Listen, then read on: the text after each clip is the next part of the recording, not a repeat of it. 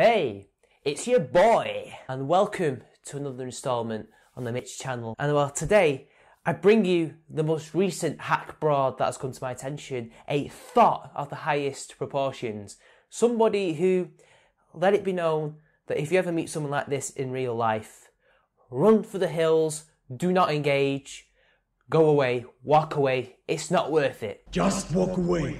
And now this THOT in question is a British lady who catfished her ex for 2 years pretending to be the police to tell him to stay away from women because he did something wrong. Now what exactly did he do wrong? Well, nothing really. All he did was end a quote-unquote relationship with her.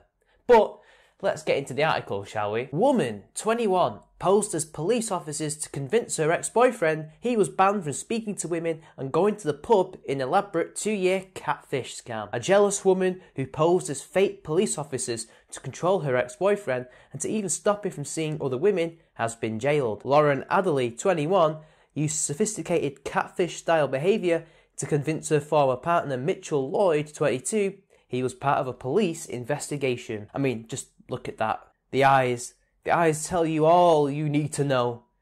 Be gone, THOT, be gone! Just look at her, seriously. Warning signs. She even made the young man believe he was subject to police curfews, creating email accounts to pose as cops and threatening him with fines if he did not obey the orders, using fake names including Darren Clark, Elaine Thomas and Robert Hay. The young woman jealously told him to end relationships he had started, and even that he was not allowed to speak to specific women. In the elaborate scheme, she also pretended to be her own friends on Facebook to send messages to Lloyd, criticising him for going out with other girls. So, it's a classic case of the spurned lover, and as we know, to quote good old Shakespeare, hell hath no fury like a woman scorned. And again, it's just so true, that statement, isn't it? She was butthurt that he ended their relationship, or whatever it was. It wasn't really much of a serious thing, and she obviously liked him more than he liked her. He ended it, and now she's jealous and she doesn't want anybody else to have him. It's that attitude. If I can't have you, nobody can have you. And it's just vindictiveness. This is what it is. And it's just complete and utter psychopathy of the highest order. This is just crazy behaviour. Now, a lot of you will be thinking, how can he be fooled by this for 2 years? And the short answer is, I don't know why. Obviously, in the UK, we do have police that are very trigger-happy in the sense that they might not shoot you, but they certainly will jail you for things like that. If you speak to other women, they don't like you, and they say that you harassed them or you did this or that to them, chances are the UK police will believe them and arrest you. Now, whether or not you'll be charged, that's up to the Crown Prosecution Service, but again, there is a precedent, especially from Nottingham, with the whole law that they have there, or rule that the police have enforced, where if a woman perceives you in any way to be an harasser or some kind of bully or misogynist, you can get arrested for that.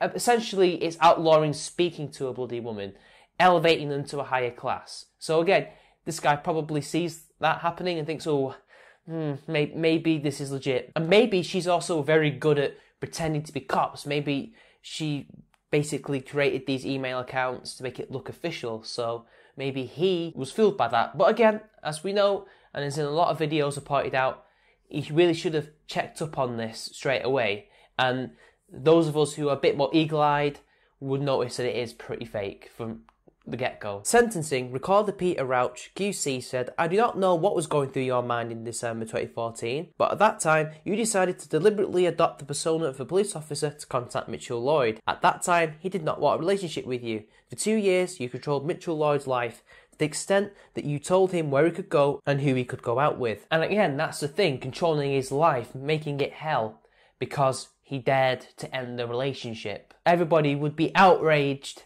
if it was a man doing this, but even though it's getting some press release, it doesn't strike me like it's getting the severity it deserves. But I don't know, I mean, this is dangerous. I'm glad that she's got jailed for this, but it almost feels like people are mocking the guy. But can you really blame him, considering the culture we live in, where he could literally be accused of rape and this could very well happen to him, even if he didn't do anything wrong? There are people in Britain right now who have not actually committed a sexual crime, but still have to report to the police with whoever they have sex with. Even though they didn't do anything, they're noted non-predators.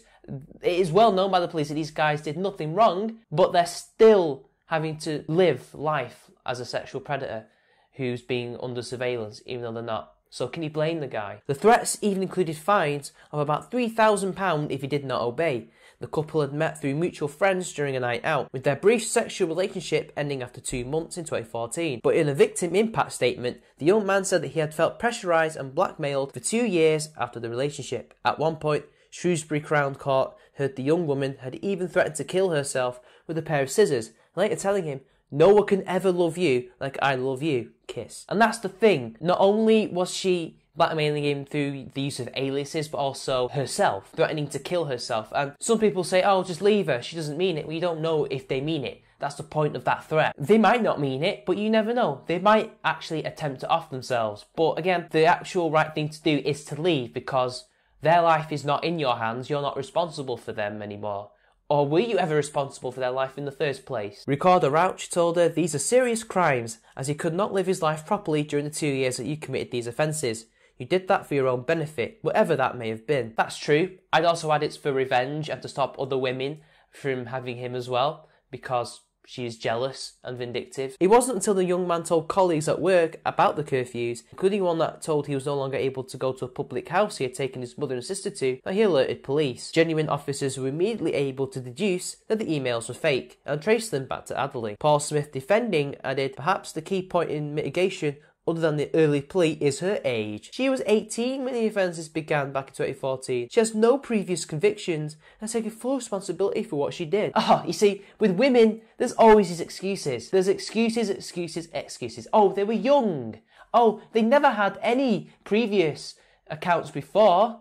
They have no record. Please, leniency, my lord, please. This is what they do, and it works every single time.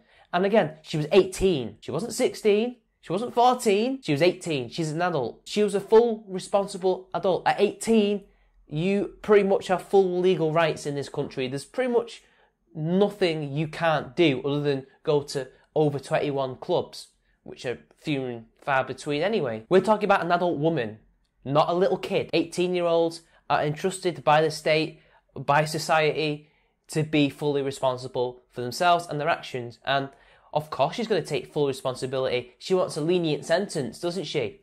And to be honest, yeah, the guy took ages to tell people about this, but remember, he probably felt, well, if I talk about this, they're probably going to think that I'm a predator, that I'm this, that, they're probably think I'm stupid. So he probably had a lot of doubts in his head, but it turns out that his colleagues did help him, and he went to the police and he sorted it out. So there's the thing, guys. If this is happening to you, tell people about it. Tell them. Jason Corden Bowen, District Crown Prosecutor and Domestic Abuse Lead with West Midlands Crown Prosecution Service, said Lauren Adderly created a complicated fiction of multiple fake profiles interacting with each other to her own satisfaction and reason. She used this sophisticated catfish-style behaviour to completely manipulate the victim's life, dictating when he could go out, where he could go out, and control his social interaction with other people for over 2 years.